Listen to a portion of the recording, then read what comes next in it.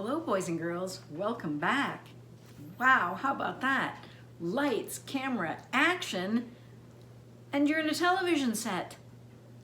Ready to be put on television. That is, I don't know, exciting? Frightening? How would you feel? Let's see how Madison does. Chapter 8. My heart fluttered fast as we waited for Alan Stone to introduce the Dirt Demon Deluxe. At least I didn't have to say anything. That part would be up to Libby. Good afternoon, my friends, Alan Stone said to the camera.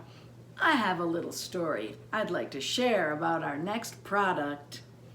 Just last week, my 5-year-old son Ben tried inviting a family of pigeons into our living room. How did he do this? He scattered 10 pounds of birdseed all over our brand new carpet and opened the sliding glass door. Then I remembered that the Dirt Demon folks had given me one of those amazing vacuum cleaners to test. I pulled it out of the trunk of my car, plugged it in, switched it on, and guess what? It sucked up every last speck.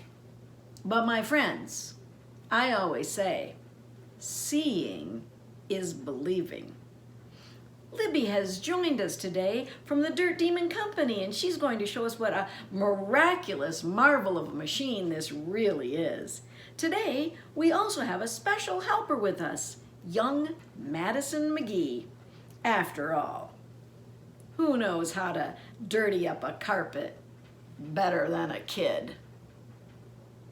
Okay, that was rude, but I certainly wasn't going to say so right on TV because the camera switched on to me that very second.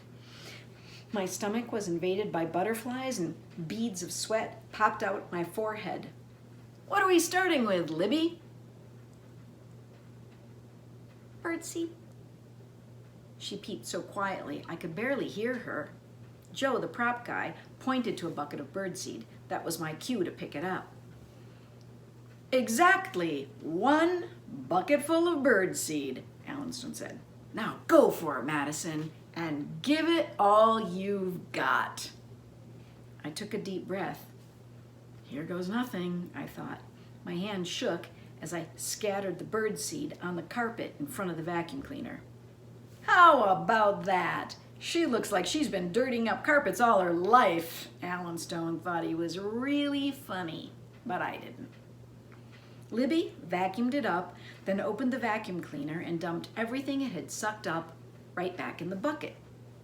Absolutely incredible, said Alan Stone. I thought he was making too big a deal out of it. I mean, isn't that what vacuum cleaners are supposed to do? And what do we have next, Libby? He asked. Sand? She barely whispered. What's that? Sand! She squeaked louder. Her cheeks were turning sunburn red. Joe cued me, so I threw the sand. Some of it flew straight back into my eyes, and it was hard to keep them from looking all blinky while I was on camera. I waited until they cut back to Alan Stone and then rubbed them until they got teary enough to wash away the grit. As Libby emptied the sand from the vacuum cleaner into the bucket, Alan Stone strolled over. Let's see this baby in action, he said. Libby opened her mouth, but nothing came out. While he went on and on about how great the vacuum cleaner was, she just stared at him. It was as if some strange love spell had overwhelmed her. Her mouth gaped like a goldfish, her eyes turned glassy, and her skin changed to milky white. Then she pitched over backward and landed on the floor in a dead faint right on television. The cameras quickly moved in to show Alan Stone up close. He didn't say one single word about Libby dropping over. He just kept talking about the wonders of the vacuum cleaner. Joe, the prop guy, dragged poor Libby away. The clipboard lady rushed over to me and whispered, Madison, just keep going. What about Libby? Will she be okay? I whispered. We don't have time to worry about that. This is live TV. Listen carefully. You're going to dump the next bucket and then you'll do the vacuuming. Can't Alan Stone do that part? Alan Stone doesn't vacuum. It's up to you. And if you could say a few cute things along the way, even better. Then she scooted away. I had to talk? On live TV? I heard the thump, thump, thump of my heart and was sure everyone else could too. Joe gave me the signal. I picked up the next bucket, which was filled to the brim with little Legos. If I hadn't been so worried about having to talk on TV, showering the carpet with thousands of Legos would have been a blast. I tried to inhale a little courage and then froze. The clipboard lady's face knotted up with worry. Come on, you can do this, she whispered. Could I? Then I realized maybe I could. I'd watched enough silly stuff on TV to know what to do. And to help take the edge off my nerves, I pretended I was only talking to Violet.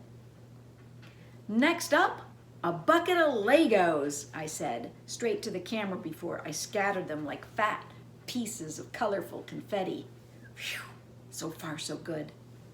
Then I switched on the vacuum and it rattled and clacked, sucking them all up. Who wouldn't want to clean up Legos like this? I said. Kids would even want to do it themselves if they had a vacuum like this one. The clipboard lady smiled and gave me the thumbs up. And I realized all the butterflies in my stomach had flown away. I emptied all the pieces back into the bucket. It was filled to the top with Legos. That's what I call amazing, said Alan Stone. And that's what I call cool, I said. Take it from Madison McGee, my friends. The Dirt Demon Deluxe is cool. Very cool.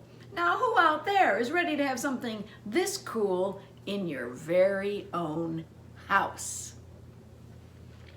All it needs is an attachment to separate the Legos by size and color, I joked. Yes, mouthed the clipboard lady as she and the prop guy gave each other a victory fist bump. Then the telephones began to ring off the hook. On the other side of the studio, rows of people sat at desks answering the calls. I wondered how many of them had talked to Florida one time or another. She probably knew them all by name. Alan Stone scooted back to his living room set to chat with some of the callers. Here's what a few of them said. I love the Dirt Demon Deluxe, Alan, and I really love that little girl. She's so funny. I'll buy one. I mean the vacuum cleaner, not the little girl. But I'd buy her too if I could. Alan, I live in a 3-story house, so I'll take 3. And wherever did you find that adorable kid? I wasn't planning to buy a Dirt Demon, but now I've got to have one. Madison McGee is right. It is cool. And if she ever wants to come to my house to throw Legos on my carpet, I'd be happy to vacuum them up. The clipboard lady grinned. Kid, you're golden. Next stop, the Crispy Crunch dog food segment in Studio B. If I get my way, you'll never leave this place. Never? Perhaps Madison was a bit too successful. Chapter 9. Before I could say a word, the guy who'd whisked in Alan Stone shoved me into the wheelchair and sped me out of the studio. On the way, I noticed Libby was conscious again, sipping a glass of water. This is the fastest way to get around this place, he said as he charged down the hallway. I clung to the chair, barely listening. I was keeping an eye out for the tattooed guy who had my remote control. We passed closed door after closed door. At the end of the hall, I saw the door to Studio B, almost there. Just before the entrance, a door swung open. A sign said, Product Room. Out came the guy with the lizard tattoo. We wheeled right past him. Stop! I shouted. I need to get something. I crossed my fingers, hoping that that's where my remote was. No time. Gotta keep on schedule. We raced into Studio B.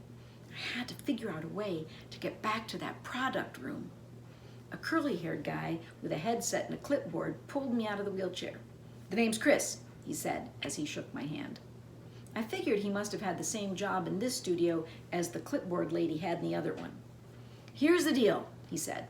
"Our show host, Sarah, is going to be chatting it up with Amy, the product rep, about crispy crunch dog food. When I cue you, you'll enter with a couple of puppies. Your job is to feed them the dog food and don't let them escape. Can you handle that?" No problem. I mean, how hard could that be? Just that morning, I trained Leroy to sit using Fruit Loops, and while I was feeding the puppies, I'd figure out a way to get back to that product room. Chris called, 5, 4, 3, 2, 1, and the cameras rolled. Sarah and Amy talked about the dog food and how nutritious and delicious it was. At first, they put me in a backstage room. Chris brought in 2 super cute golden retriever puppies, and they sniffed all over me. They must have smelled Leroy.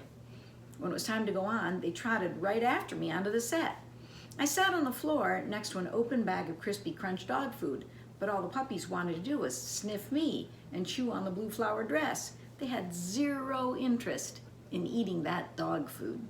Sarah, the host, said something about how she'd seen them scarf down a huge bowl of the dog food backstage, so maybe they were full.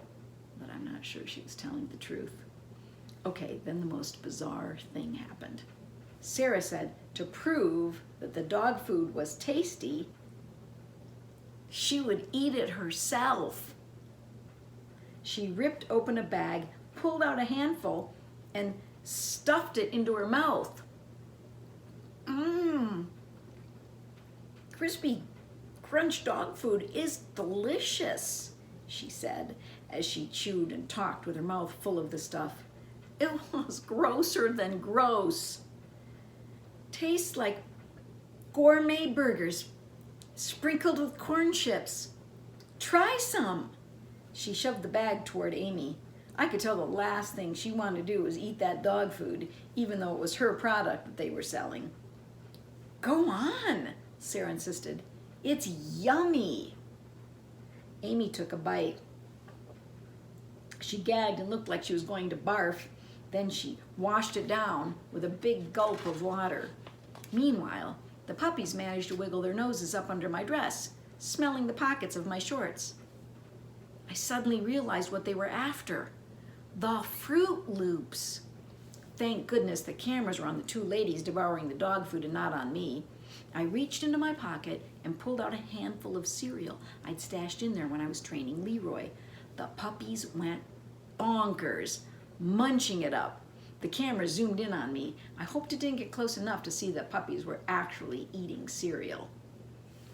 Will you look at that? Those puppies are scarfing down the crispy crunch. Oh my goodness, they can't get enough of it. It's like they're eating candy right out of my hand, I said to the camera. At the end of the segment, the clipboard lady and the spiky-haired makeup girl bustled into the studio. Madison, said the clipboard lady, our makeup genius Margot came up with a brilliant idea. We're going to use you to demonstrate our Beauty Does It Instaperm hair curling gel. I needed to think fast. How was I going to make it back to that product room without getting caught? I had an idea. Sounds good, I told her, but I really have to go to the bathroom. I hopped a little just to make it seem realistic. We don't have time for that sort of thing around here. Hurry it up, it's down the hall. She pointed to a door just beyond the product room. Perfect. I'd worried they'd follow me, but they got caught up in a conversation with Sarah about eating the dog food. I heard them go on and on about how brilliant it was. As I sprinted toward the product room, I ran smack into Alan Stone. Where are you going in such a hurry? The bathroom? Ugh, I hated to lie. Don't be too long. Because of you, our phones are ringing off the hook. Merchandise is flying out of here. There's never been a shortage of unhappy people who call us when they need to be cheered up with a little TV shopping therapy. But this is definitely a new record. Shopping therapy. Unhappy people. Did that mean Florida was unhappy? Was that the reason she bought so much stuff that she didn't need from the TV? Take it from me, kid. You're a gold mine around here. The audience is going nuts for you. Nice to hear, but I was hoping I wasn't going to be making a career out of this. I need to get back to truth or consequences. But I did have one question I had to ask. Mr. Stone, did your son really throw birdseed on your carpet so the pigeons would fly into the house? He laughed out loud. Are you kidding? I haven't seen him since last March. He lives with his mother out on the West Coast. I don't even own a vacuum cleaner. The cleaning people handle that. But it made a cute story, right? Yeah. Real cute. But it wasn't true. I felt sorry for his son, having a father who made up embarrassing stories like that. The second that Alan Stone turned and headed for Studio B, I made sure the coast was clear. I opened the door to the product room, slipped inside, and shut it quietly behind me. Merchandise was piled everywhere. Computers, ladders, kitchen stuff, makeup, hair dryers, toys, vacuum cleaners, coats, dresses, exercise outfits, exercise equipment, and jewelry. This place would have been Florida's dream come true. Then I noticed TVs lined up on the far side of the room. I raced over and found the remote control for the Megapix 6000. I grabbed it and quickly pushed enter. Nothing. I tried the purple button. Nothing. I pushed button after button, but didn't budge. Then I remembered when I was cleaning the drool off the purple button, I might have been holding down the enter button at the same time. So I pushed the purple and enter buttons at the same time. Still nothing. What was I supposed to do? And just then, the door clicked open. Madison, are you in here? It was the clipboard lady. It's 5 minutes until the hair curling segment. I panicked. Then I saw it, a bright silver button that said, return. Return is exactly what I needed to do. I pushed it and the purple button together. Ping! My body went ice cold, my vision blurred, tingly lightning sparked through me. I shut my eyes, and when I opened them, I had popped like a cork right back into Florida's living room. Well, that must have been a relief. I know I'm relieved. Wonder what's going to happen next. Chapter 10. Okay, that was the freakiest thing that had ever happened to me. Ever. I would have pinched myself to make sure it was real, but I didn't have to because I was still wearing the blue flowered dress. The good news? It was the first time in 4 months and 24 days that I hadn't had a minute to think about my topsy-turvy new life. The Shop Till You Drop channel was still playing on the TV, and Sarah was holding up a bottle of Beauty Does It Instaperm hair curling gel. Next time, we'll demonstrate this on Madison. But right now, we're going to curly up the spiky hair of our makeup queen, Margot. I hit the button on the remote off. I didn't want to see another shopping show as long as I lived. The living room looked pretty much the way I'd left it, except that the paper towel I'd used to dry up Leroy's slobber was in a million little pieces on the floor. While I was busy starring on the Shop Till You Drop channel, Leroy must have passed the time practicing how to be a paper shredder. Leroy. Where was that dog? I raced through the house calling his name. He was fast asleep on my bed, snuggling with a pile of my dirty socks. The last thing I needed was to have Florida find Leroy inside her house. I nudged him awake and led him by his collar to the backyard. As I chained him to his monitor, he hung his head and whimpered, "It's just for a little while, boy. I'll unhook you again as soon as I can. Promise." It was hot as blazes, so I filled his bowl with cold water, then scratched his tummy spot that made his back leg shake with happiness. "Hello?" It was the crazy lady. She was standing on her back porch, bundled in layers. "I just made some pie, Madison," she said. "Would you like some?" How did she know my name? Sorry, I can't," I said. Maybe another time." Like maybe when pigs fly. I hurried back into the house and shut the door. Even though she hadn't done anything strange, I couldn't be too sure. So I flipped the lock just in case. It was then that I noticed Florida's ceramic poodle collection. Leroy had knocked them all down, like bowling pins. Quick as anything, I set them back up and was relieved that none of them had broken. It wasn't a second too soon because Florida walked in. After what I'd just been through, I was totally happy to see her. "Florida!" I ran over and gave her a big hug. She patted my head and took a quick step back. "What an unexpected and energetic little greeting, dear. Careful, you'll wrinkle my new blouse." I blushed. "Sorry," I said. "It's been a really long day." "You're telling me.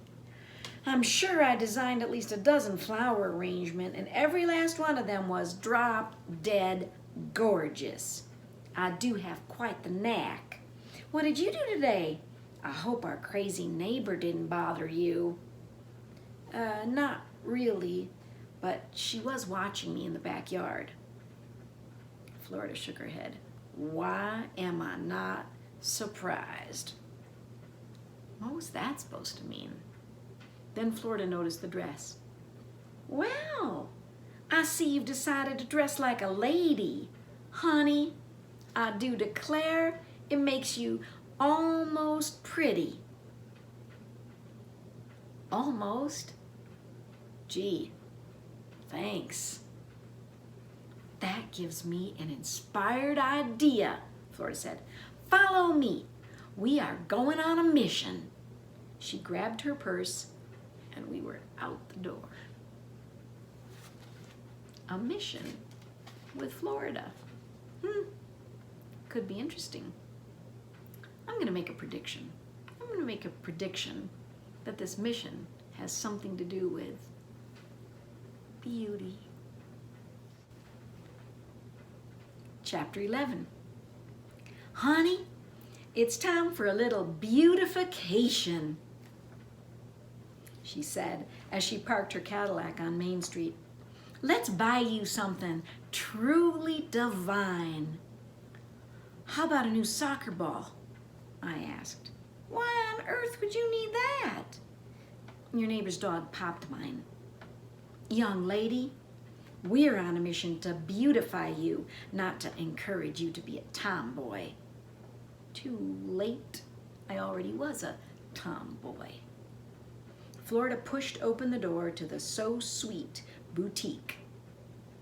"We are here to perform a little makeover magic," she told the sales lady, who turned out to be my grandmother's best friend, Patsy. Patsy was a raven-haired version of Florida, down to her curls and her high-heeled shoes. Together, Florida and Patsy pulled some of the most hideous clothes off the racks and hung them on hooks in the dressing room. I was surrounded by matching shorts outfits with ribbons and bows, frilly, flowery skirts, and dresses with puffy sleeves. How old did they think I was? 4?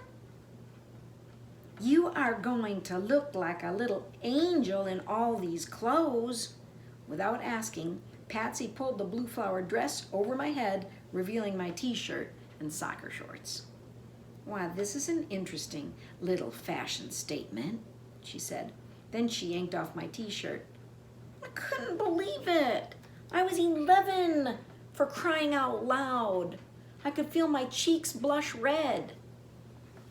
"Oh my goodness, this is perfection." Florida held up a baby pink puffy dress. "Your mother had one just like it." My mother, never in a zillion years would she have worn something like that. I don't really like it," I mumbled. "Nonsense. Besides, how do you know unless you try it on?" "Most little girls would just love, love, love this dress," Patsy chimed in. "It won't hurt to give it a whirl." I gave up and gave in. "Oh my," Florida beamed. "Picture perfect." I stared in the mirror at my reflection. I resembled a jumbo baby pink frosted cupcake. All I needed was a candle on my head. "You are a true vision of beauty," Florida said. "We'll take it." Really? Didn't I have anything to say about it? Then it came to me. If I had found the nerve to talk to millions of people on live TV, I could speak up to my grandmother. "I'm sorry, but I don't want it." "Of course you do, honey. It's a much better look for you." "It would be if I was a toddler in a beauty pageant." "Once you get used to it, I think you'll simply love, love, love it," said Patsy. "I doubt it," I said. "Let's not be rude, Madison," Florida said through clenched teeth. "Why don't we just put this dress aside for a minute and you can try on these other things?" I swallowed hard. "I'm sorry, but I don't like any of these.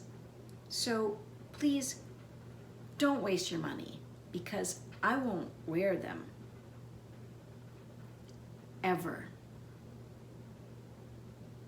We left the store without buying a thing.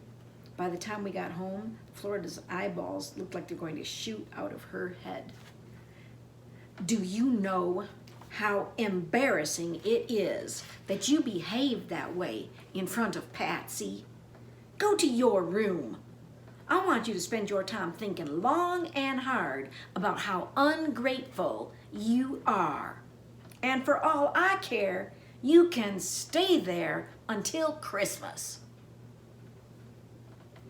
"Sorry I embarrassed you," I said before I stomped off. "But I'm not a baby doll." Then I slammed the door of my room. Being stuck in a shopping show for the rest of my life suddenly seemed like an improvement over having to live with my grandmother. I curled up on my bed with a photograph of my mom and me at the beach. I'd give anything if I could zap myself into it the way I did into the TV. Even 100-to-1 chance was better than nothing. I dug the backup remote from my underwear drawer and scrambled back onto my bed. I positioned my fingers over the purple button and the enter button and then aimed it straight at the photo. I held my breath and pushed. Nothing. I pressed the buttons again and again, but no matter how hard or how many times I did it, there was only silence. No ping, no blurry vision, no icy feeling flowing through my veins. Only the feeling of tears sliding down my cheeks, the same old sadness that had been churning inside me for the past 4 months and 24 days. I shoved the remote back in the drawer and peered out the window. A thick layer of clouds rolled in, turning the dusky blue sky licorice black. I curled up under my mom's fairy jacket and shut my eyes tight. Then the room exploded with a flash of light. A crash of thunder rattled the house. I heard Leroy howl. Then again, flash, boom, howl. My mother once told me about how much she loved the sounds and smells of New Mexico summer thunderstorms when she was a kid. I inhaled deeply and took in the musky scent of laundry, drying in the sun, mingled with the cinnamon and butterscotch jacket. The echoing sounds reminded me of the rhythm from an African dance I saw on a school field trip. Flash, boom, howl. Flash, boom, howl. When the thunder crashed right after the lightning flashed, I knew the storm was blowing closer. Flash, boom, howl. Flash, boom, howl. Flash, boom, flash, boom. But where was the howl? I heard a loud scraping against the house, which scared me stiff until I recognized Leroy's whimper. I opened the window and he sailed inside. He had worked off his chain. Leroy shook like a leaf and hid behind my legs. It's all right, boy. I slammed the window shut and hugged him tight. Flash, boom, flash, boom, flash, boom. We snuggled on the bed, even though he smelled like stinky feet. Together we listened to the sound of the sky opening up and pouring down rain. That night, I dreamed that Leroy and I zapped into Just Jessica. Carly Knight, the girl who played kind, misunderstood movie star Jessica, invited us to come live with her in a beautiful white mansion high on a mountain. When I awoke the next morning, the sun was blazing. Apparently, Leroy had gone on a midnight scavenger hunt. He was on my bed, surrounded by my tennis shoes, a mountain of socks and underwear, and a pile of chewed pencils. He was busy devouring the ballerina lamp that he'd managed to fetch off the nightstand. When I heard Florida's blasting hairdryer, I knew she was getting ready for work. It went silent, and then there was a knock on my door. Honey, are you in there? Oh, Madison. She sounded awfully cheery, as if she'd forgotten all about our disastrous shopping expedition. I pretended to be asleep. Besides, she had told me to stay in my room until Christmas. I scratched Leroy's belly, and he licked my hand. I whispered to him that on the nights he was left chained in the yard, I'd let him in to sleep in my bed. If only he didn't smell so bad. I decided that if Leroy was going to be my new roommate, I'd need to give him a bath.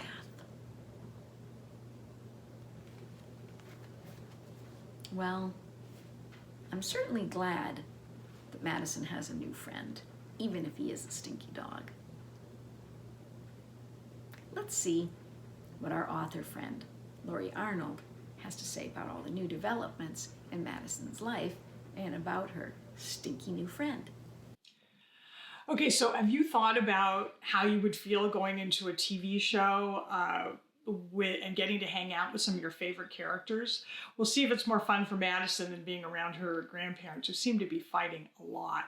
I personally find it really uncomfortable to be around people who are fighting or people who are lying.